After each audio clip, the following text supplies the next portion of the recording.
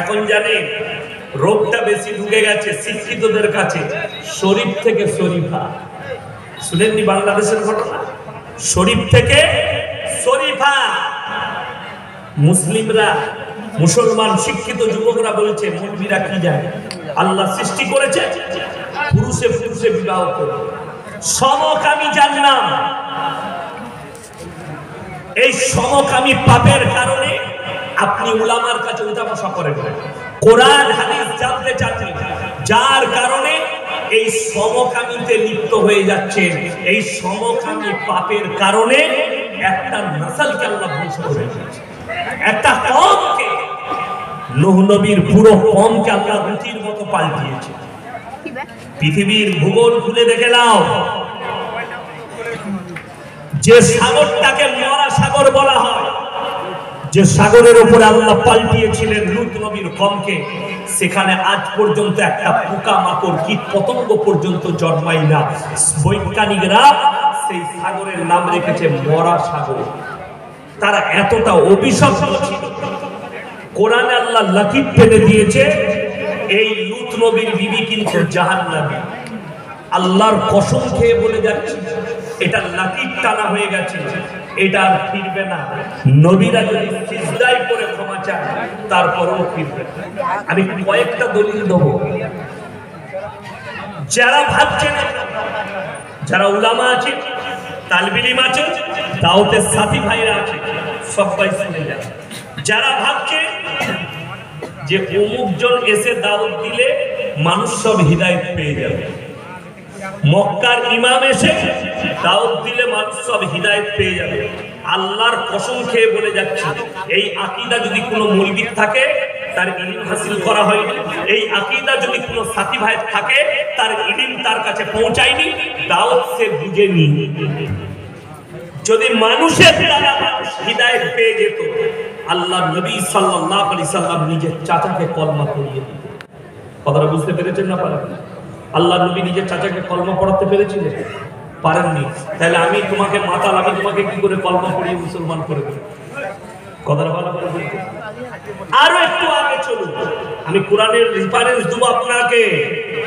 নূহ নবী নিজের ছেলেকে কলমা পড়াতে পারেন, নিজের বিবিকে কলমা পড়াতে পারেন। লূত নবী নিজের বিবিকে কলমা পড়াতে পারেন। আল্লাহ কোরআনে দলিল দিয়েছেন একাধিক। এই নবীরা ব্যর্থ নিজের পরিবারের কাছে, এটা কিন্তু ব্যর্থতা নয়। আল্লাহর তরফ থেকে পৃথিবীর মানুষকে এর মধ্যে শিক্ষা আছে যে হিদায়াতটা একমাত্র আল্লাহ, আর আল্লাহ হিদায়াত দেয় কখন? যে মানুষ নিজের পরিবর্তন চাই তখন আল্লাহ তাকে হিদায়াত দেয়। আপনি যে জলসায় বসেছেন, আমি বয়ান করব, আমার পরে তৈবুর রহমান সাহেব করবেন, তারপরে বাইরের মেহমান আছে, হয়তো লাস্ট দোয়া করবে। যেই বলুন, আপনাকে নিয়ত করতে হবে। ইয়াসিন ভাইয়ের কথাগুলো শুনে মনে হচ্ছে আমি আমার জীবনে পরিবর্তন আনবো, আল্লাহ আপনাকে পরিবর্তন করবে। এই নিয়ত করবে, নিয়ত সবাই করবেন, জোরে বলুন ইনশাআল্লাহ। জীবনে পরিবর্তন আনবে, আল্লাহ আপনাকে পরিবর্তন দিতে পারে, দিতে পারে, আমি গ্যারান্টি দিতে পারবো। দুটো মারাত্মক আয়াত শোনাবো, ডেঞ্জার আয়াত। যারা এই আকীদা রাখেন, ইয়াসিন সাহেবকে দাওয়াত করলে, মৌলভী শওকতকে দাওয়াত করলে, অমুকের ইমাম এলে, অমুক জায়গা থেকে আমির সাহেব এলে দাওয়াত দিলে সে হিদায়াত পেয়ে যাবে, তারা এই দুটো আয়াত ভালো করে শুনে বাড়িতে মানে কোরআন থাকলে গিয়ে খুলবেন, চোখটা খুলে যাবে। এক নম্বর, ইন্নাল্লাযীনা কাফারু সাওয়াউন আলাইহিম আনজারতাহুম আম লাম তুনজিরুহুম লা ইউমিনুন। সূরা বাকারা ২য় পৃষ্ঠার আয়াত। আল্লাহ বললেন, হে নবী, তুমি যত দাওয়াত দিবে দাও, যা বুঝাবে বুঝাও, কিন্তু যারা মানার নয় তারা কখনো মেনে নেবে না। আল্লাহ নবী বললেন, ওগো আল্লাহ, কেন তারা আমার কথা আপনার কথা মানবে না? আল্লাহ উত্তর দিলেন, কি?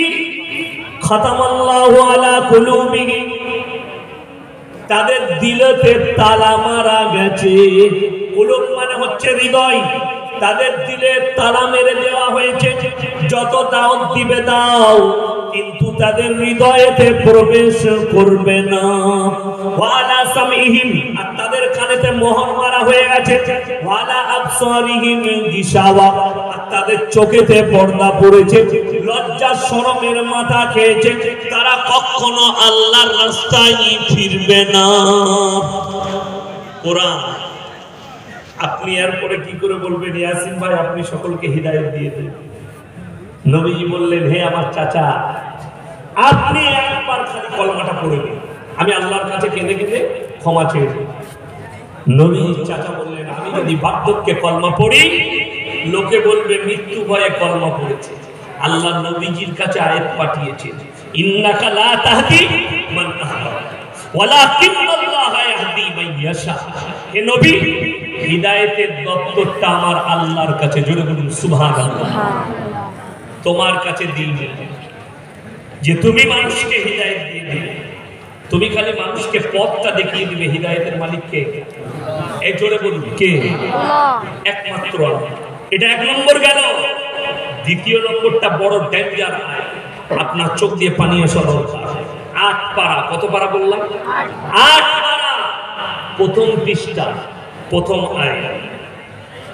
ওয়ালাউ আন্নানা নাযালনা ইলাইহিমুল মালায়েকা ওয়া কাল্লামাহুমুল মাউতা ওয়া হাশারনা আলাইহিম কুল্লা শাইইন কুবুলা মা কানু লিয়ুমিনু ইল্লা আন ইয়াশা আল্লাহ ওয়ালাউ আন্নানা নাযালনা ইলাইহিমুল মালায়েকা। হে আমার নবী, আমি যদি এদের কাছে ফেরেশতা পাঠাই, আসমানের ফেরেশতা যদি পাঠিয়ে দিই, আর তারা এসে যদি বলে তোমরা ভালো কাজ করো, নেক কাজ করো, ভালো হয়ে যাও, আল্লাহ পরকালে তোমাদের জন্য বড় আযাব রেখেছে কঠিন। এবং ওয়া কাল্লামাহুমুল মাউতা, যারা পূর্বপুরুষ তোমাদের মারা গেছে, তারাও যদি কবর থেকে উঠে আসে আর বলে কবরে কঠিন আযাব রাখা আছে, আমার আল্লাহ কোরআনে বললেন তারপরও যারা নেমো খারাপ হবে মানা নয়, তারপরও তারা মেনে নিবে না। জোরে বলুন না সুবহানাল্লাহ।